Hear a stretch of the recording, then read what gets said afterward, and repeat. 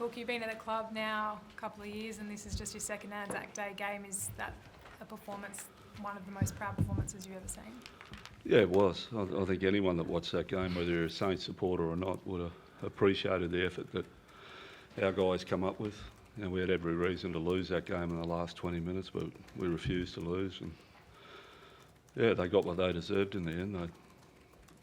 They just hung in there really tight and, you know, made big plays when we needed to. We weren't going well with the ball, but defensively we just kept making big plays and scrambling, and it was a good win. Talk about the big plays. There was a 40-20 and then the bat down by Ben at the end. Just how special was that performance? Yeah, obviously massive. The 40-20 was, you know, the play of the day.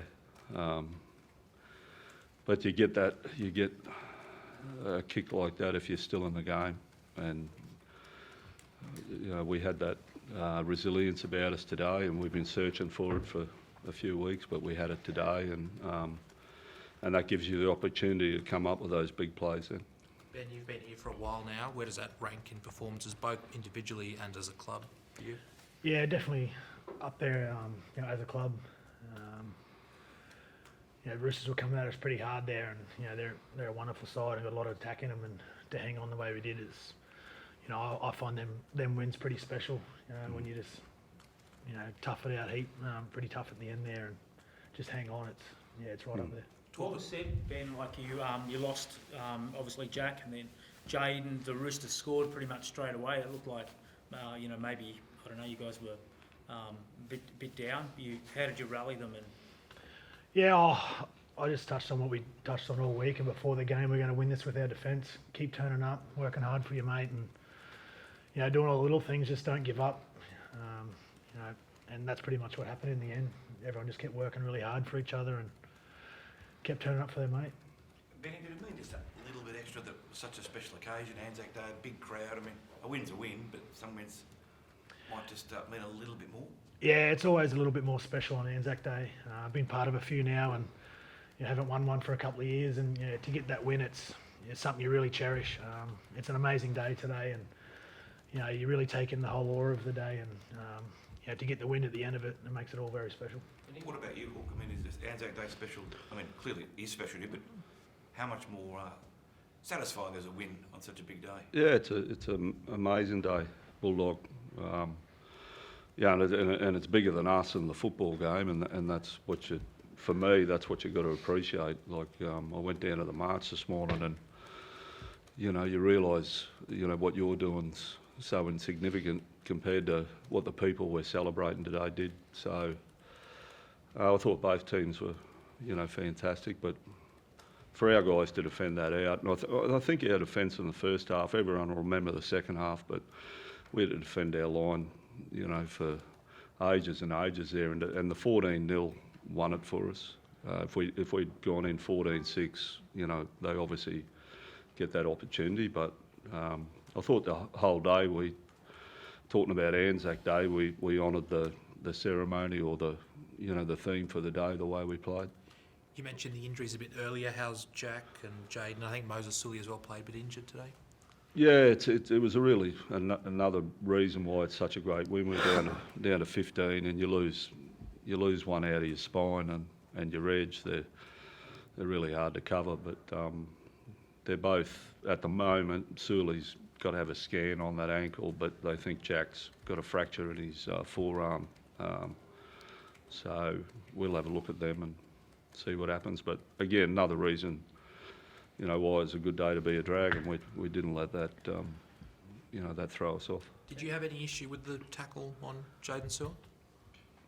Yeah, I have got an issue with that. I've got more of an issue with the other one. You know, you would have got 2 years in jail at Magic Round last year for that.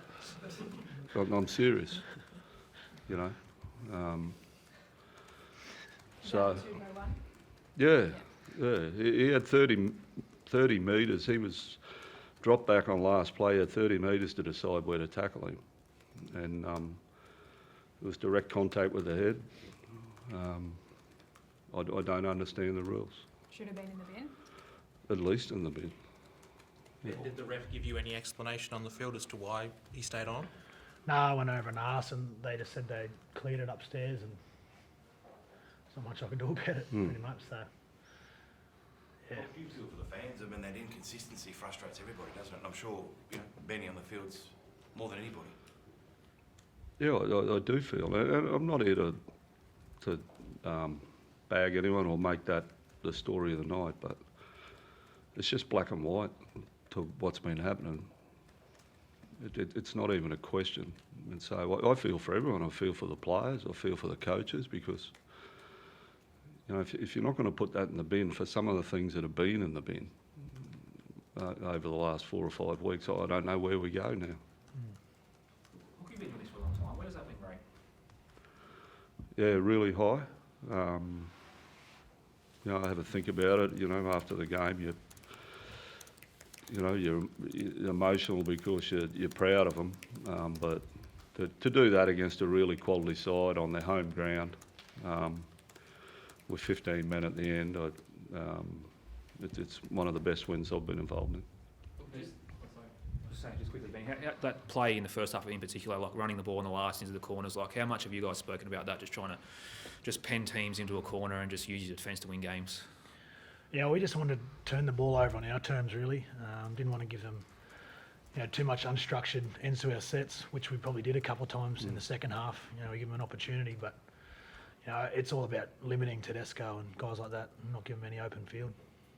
And what do you think, let's talk defensively, what do you think the difference was tonight? Because, like, obviously it's been well documented before this round, you guys were ranked 16th as far as points conceded go. So to go from that to going, all right, we're just going to bang our defence, we're not going to, toss the ball around at their end and whatnot, like, what do you put that down to? Oh, just the work we've done the last couple of weeks. It's something we've been focusing pretty hard on, is bettering ourselves defensively, and also the aura of the day, and everyone getting up for it. I think that played a part in it. If you can't get up for an Anzac Day clash, then you probably shouldn't be playing. So I think that's what happened today. Everyone was right up for the challenge. And look, if you don't mind, to come back to the high shot from Daniel Tupou, Andrew Abdo's been on radio and said it should have been a sin bin.